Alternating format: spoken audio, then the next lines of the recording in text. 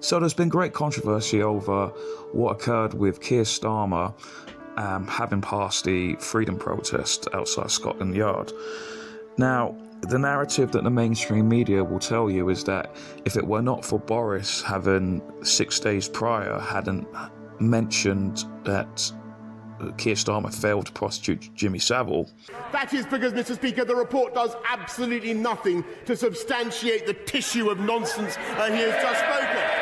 Absolutely nothing. Absolutely nothing. Instead, Mr. Speaker, this leader of the opposition, a former Director of Public Prosecutions, Mr. Speaker, so he spent most of his time prosecuting journalists and failing to prosecute Jimmy Savile, as far as I can make out, Mr. Speaker. And obviously people start shouting, Jimmy Savile, Julian Assange, and all of this. And people believe, and well, at least the mainstream narrative is, perpetuated by the media, is that if Boris had not said that, that incident would not have occurred. That is an absolute false narrative. It's fake news. It's basically a lie. And the reason why the mainstream media are doing this is because they, like I've said before, is that the mainstream media now work alongside with the establishment or the state. And they are no longer, in the past, the mainstream media was seen as people who would scrutinise government, scrutinise the state, and make sure that they would not go beyond the reach of their authority and power. Now, because of what is known as the UK Press Authority, this is the body which basically determines who is a journalist. Now, the problem is that it's controlled by both the mainstream multinational media corporations and in conjunction with the state. So how have they done this then? Well, in 1992, there was a body created called the UK Press Authority, or UK Press Association, and this is their website here. Now, if you if you can read this quickly, what it will say is that it is a scheme created by 19 gatekeepers. Now, they're literally called gatekeepers. And what they do is these gatekeepers determine who is a journalist and who is not a journalist. And all of these people, now, let me just find where it is. You see the word 19 gatekeepers, you can see it sort of from the second paragraph there. And this here, so the scheme was launched in 1992 by all the major industries with the help of the Metropolitan Police. Now that means the state, right? So these media tycoons, these media corporations, this is an example now of corporatism. People think this is capitalism. No. One day I will make a video between the difference of corporatism and capitalism, because a lot of people have a lot of issue. They sort of confuse the both. This is an example of big multinational corporations, media ones in this case, and the state working together for their own benefit. So this is it. So the Metropolitan Police, that's the state. Obviously the police is part of the state, yeah? To end the proliferation of agreement of the card bearing the word press, right? Recognised by all police forces, the Ministry of Justice, and de facto other public bodies. So that is an example of the state and big businesses working together. And they basically determine who is a journalist. Now, since this has now all come into fruition now since 1992, now all the people who are mainstream journalists now are basically approved by the state. And that's when I say that the journalists now work alongside with the state. I'm not being conspiratorial, I'm not being hyperbolic here, I'm stating a fact here. So you're probably thinking, well, who are these gatekeepers apart from the state? The gatekeepers are the usual suspects you probably think. So here are some of them now. British Association of Journalists, the BBC. I'm not too sure about some of these, but they are part of that. Channel 4. Who else? Foreign Press Association. These are all ITN, ITV. These are all part of these big major state corporations, National Union of Journalists, Reuters, Sky News. So, these are the usual suspects in the sort of worst reporting, biased reporting. They have a narrative they want to shove down your throat, and that's what it is. And that is how that these mainstream journalists now work with the state. They work hand in hand. They have an agenda they want to push. Like I said, it's corporatism. The state and these multinational corporations are working together for their own personal gain. So this is how they've done it. So basically, if you don't have a UK press card, you're not seen as a journalist. I've seen many times a lot of my friends who have, they're live streamers. They're actually doing more of a job than the actual mainstream media themselves, because they edit, they cut things, everything. Whereas the live streamers, they're way more of journalists than they are, because they're actually on the ground. Everything's live, nothing's edited. But obviously, when the police comes to them, they go, "Show us your UK press card." Now, there is no legislation saying that you have to have a UK press card to be a journalist. That's what these guys have come. There's no act of parliament or anything like that to say that you have to have one. But the police have been trained to say that if only the ones with UK press cards are real journalists. Now, it's just the UK Press Authority is just simply a club. It's an establishment club that if you're not in it, it's like what George Carlin says, a big club and you're not in it. And if you're not in it, then you're not considered pure. You're not considered an actual journalist, which is, we live in clown world now. Everything's the opposite. The reality is, if you're in the UK Press Association, the Press Authority, and have one of these cards, then you're not really a journalist. You're sort of you're a person that just follows orders and, hey, go over there and report this and then come back. They're not real journalists. They're not investigative journalists. They're just given assignments and then they just go and do it, So this is how they've done it. And their new narrative now is Operation Get Rid of Boris. So whether it's the Daily Mail, whether it's the Sun, whether it's the Guardian, doesn't matter. They're all part of this same UK Press Association, UK Press Authority Club. So, and the agenda is now to get rid of him. So this is what we're going to talk about today. Now, it's very easy to debunk these claims. A simple search on YouTube will reveal it. But believe it or not, there are actually people believing this mainstream media narrative, this fake narrative that had Boris not said that in the Commons, all of the Freedom people who Keir Starmer passed wouldn't have been whipped up into a frenzy and said the things about Jimmy Savile and Julian Assange as they did. Well, firstly, let's just get one of these because you only need one example really to debunk the whole thing. Let's get a totally random establishment mainstream media journalist, and let's see what he says a year ago. This individual is called Andre Walker.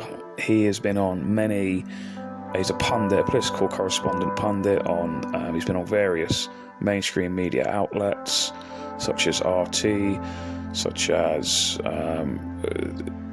GB News, which again is another form of controlled opposition. If people aren't aware yet, we'll link a video to that.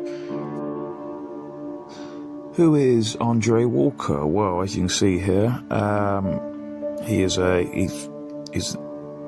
correspondent covering various political stuff. He's worked for The Observer, he's Daily Mail, he's regularly on Talk Radio, GB News, as I've said, the New York Observer. So essentially, he is a mainstream media correspondent, a mainstream media journalist. So what does he have to say about this? And why do I bring him up? Because, well, let's just see what he says on his own YouTube channel.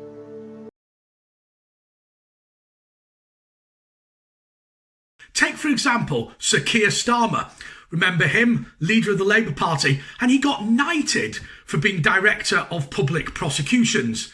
But of course, he was Director of Public Prosecutions in 2009 when that body decided not to prosecute Jimmy Savile, despite a weight of evidence to say he was guilty of serious sex offences, maybe 500 or 600 offences. Now, I was reading a fact-checking website called Full Fact, and they were saying that Sir Keir Starmer was not the reviewing lawyer in that case, and that's absolutely true.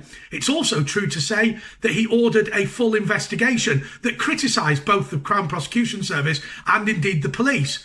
But in high-profile cases, the Director of Public Prosecutions should be involved. Sir Keir Starmer, at best, was sleeping on the job, and at worst, actually, was probably much more interested in politically correct targets than he was actually going up against the bad guys. So there you have it, really. You have a mainstream media journalist that has said that 1 year ago, before even Boris muttered it in the House of Commons. So the narrative is that the people of the Freedom Convoy started speaking of Jimmy Savile, etc., because Boris Johnson said it in the Commons 1 week prior. That's not the case, because this proves that this was spoken about by a mainstream media journalist a year prior to when Boris said it. Now, the reality is that regardless if Boris had said that 7 days prior, the exact same situation would have occurred to Keir Starmer. The same things would have been said to him, Jimmy Savile, Julian Assange. Those things would have, why you're not being a proper opposition. These same things would have been muttered regardless of if Boris said it. Because the reality is, the reason why Andre Walker brings it up is because it's public knowledge. People have known this for years. It's nothing new, but the mainstream media are trying to frame a narrative now that because Boris said it, that's the reason why it occurred. And why are they doing that? Because the mainstream media want Boris out. The mainstream media are no longer scrutinize the state. They now work alongside the state. They're essentially the Rottweilers of the state. The establishment, the state, whatever you want to call it, want Boris out because he's not been tough enough. He's not being like Justin Trudeau. He's not being like the New Zealand Prime Minister, the Australian Prime Minister. He's not being like Joe Biden, all of these sort of people. So they want him out. And my money is next person to replace him is Rishi Sunak.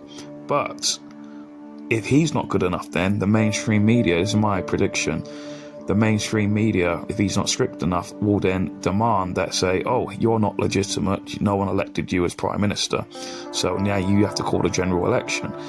And by doing so, they're probably banking, then they're hoping that Keir Starmer will become the Prime Minister because he is ruthless. You know, these people, it's like Tim Nice but dim. Like, they look nice and pleasant, as those other state leaders I mentioned do, but when it comes down to it, they will do exactly as their paymasters tell them to. So that's the reason why.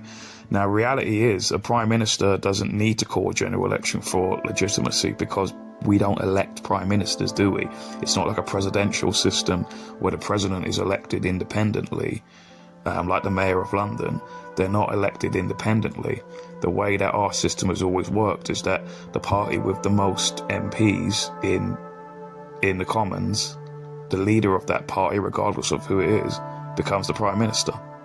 That's just how it works. But obviously the media will say, oh, you're not legitimate.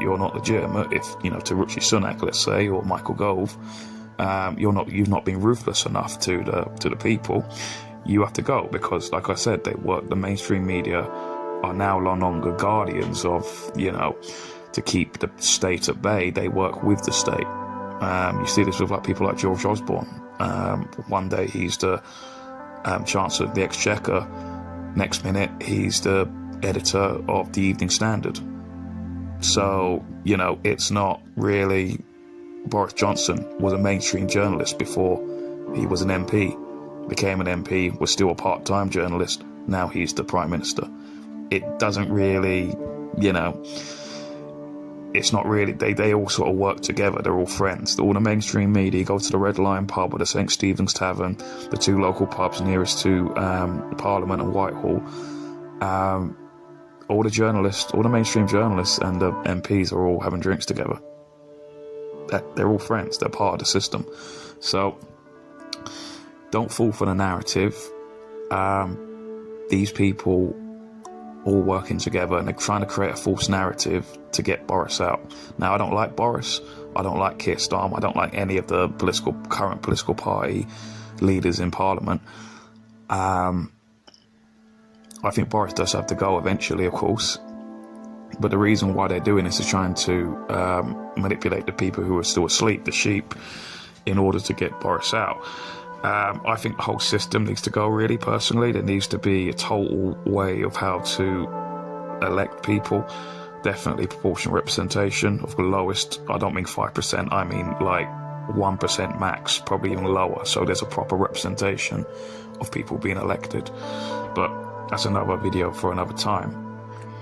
Now let's look at this individual who's also in the mainstream apparatus, not in the mainstream media, but Ken Loach, English filmmaker, quite well known in the greater scheme of things, probably not to everyone, but to normies and all that. Yes, it is. Ken Loach, he's a very much well-known Labour Party supporter and activist, and he left. He was Labour Party member for like 30 years, I believe, and he was a big fan of Jeremy Corbyn, and he sort of, in between of that, he resigned when Tony Blair was the Prime Minister, and he joined again when Jeremy Corbyn became the Labour leader. What he has to say about Keir Starmer on Julian Assange. Assange is a political prisoner. Everyone knows it. The Guardian know it, who took his stories and then disowned him. The BBC knows it. Channel 4 knows it. Every serious editor of a current affairs programme, of a national newspaper, knows this is the truth. And yet they are silent. The journalists are silent. The lawyers are silent. Now, why are lawyers silent when they see our legal system so traduced? When an essential feature of our constitution is the separation of powers. The executive and the legal system are meant to be separate, and yet this is plainly not the case, as this film has demonstrated, and is plain to everyone to see. Where are they? Where are the politicians? Keir Starmer finds himself in a very interesting position. He was head of the prosecution service. Was he head when the message went through to Sweden to keep that case going? Was he there? What does he know? He should be challenged. He should be challenged. This is a test for him in particular, but all the politicians should speak up. Starmer speaks of openness in his dealings. Well, let him be open about this, and let's hear what he says about the torture and the illegal oppression of Julian Assange. So there you have it. There's two examples. One guy, Andrew Walker, traditionally from the right, if you want to say that, left and right. I personally don't see the world like that. I see the world, I think that's just another divide tactic. I see the world more in people who believe in liberty and people who believe in tyranny, or libertarianism versus authoritarianism. But one person from the right, if you want to say that, Andre Walker, and one person from the left, Ken Loach. So both saying basically what Boris said, but in the past, at least months before Boris had even said it in the House of Commons. So the mainstream media are trying to create a false narrative. They're trying to lie to the people as usual, and they're trying to gaslight them in order to believe a false narrative that had Boris not said that, Keir Starmer would have been mobbed by the UK Freedom Convoy people. The reality is, like I said, is that whether Boris said that or not in the Commons, the exact same things would have been said to Keir Starmer. So that's just the reality of it.